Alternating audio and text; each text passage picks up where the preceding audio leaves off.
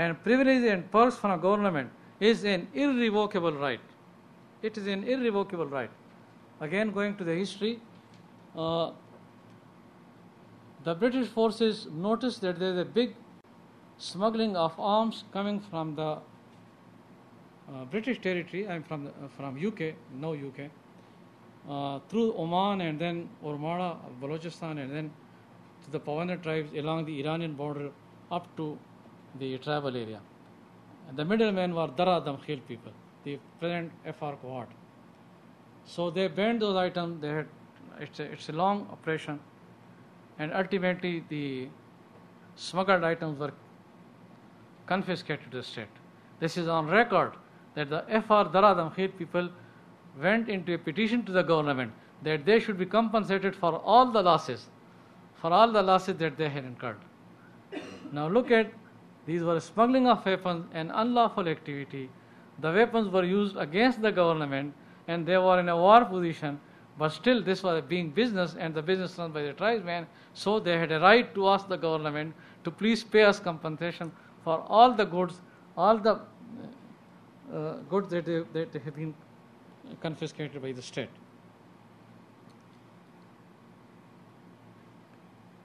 Then customs and rewaj. I had already spoken that it has precedence over any law or any regulation.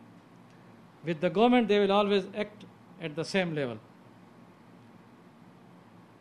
And this is a totally egalitarian society. We are not like Bajawar. We are not like Balochistan. Balochistan, Sardar means a person who holds everything. No. In tribal area, Malik can best be described as first among the equals. First among the equals. If he totally associates himself with the government, he will lose credit with the trust of the tribe. And if he totally disassociates himself from the government, then he will put his tribe to the risk of annihilation. This is why they are not afraid of power, they respect power, and the tribal Malik tries to play that mediating role to see to it that their interests are protected, and at the same time they also keep their autonomy intact. And lastly, when we are dealing with the policy issues, FATA is not a homogeneous. You have to deal with each and every agency with the tribe differently. About the British policy, I think I have already spoken, and these are just the administrative units. FCR, have we reached the FCR? Let me check. You had FCR before. It has gone. On the previous slide. Yeah. Oh, It is going fast. now go forward. Yes. I will not speak long, but maybe in the question answer we can speak about it. FCR is not applicable to FATA. Please remember it. Hardly 10% of the area or 10% of the population where the FCR is applicable. FCR is not a substantive law. At the best, it can be described as a regulatory law that determines the relationship of the tribesmen with the government. So it is only applicable in the protected areas. What are the protected areas? The government buildings, the government roads, and that smaller tribes which has asked for the government protection. Here, if something happens, the political agent take immediately and can directly intervene. If it happens in rest of the 90% area, no, the political agent will not intervene. Let the tribesmen decide for themselves.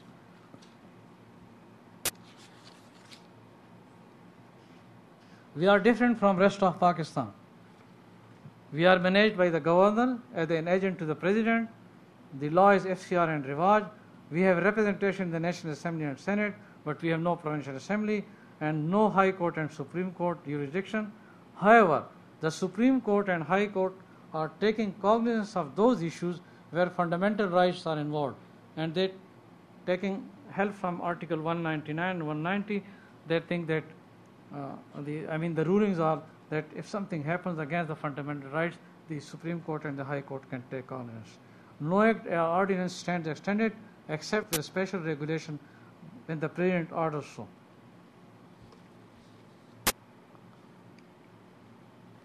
This I'm okay. Yes. To sum it up, if we take the difference between FATA and settled districts, we are more informal and we are more personalized. The governance system at a glance, in FATA we have just one executive, the political agent, and everybody reports to him. In FATA, in the provincially administered tribal area, there is no formal system where we should report to the executive, but informally those traditions are still valid. And in the settled districts, everybody is on its own: executive, judiciary, development, and local government. What happened after Pakistan?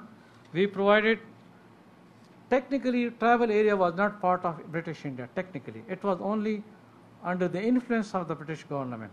After Pakistan, we gave them full citizenship, right to purchase property, hold Pakistani passport, representation in assemblies, still no income tax, no customs duty, and the trade-off was that you will be responsible for any anti-state activities. The constitutional provisions, Article 90 and Article 247,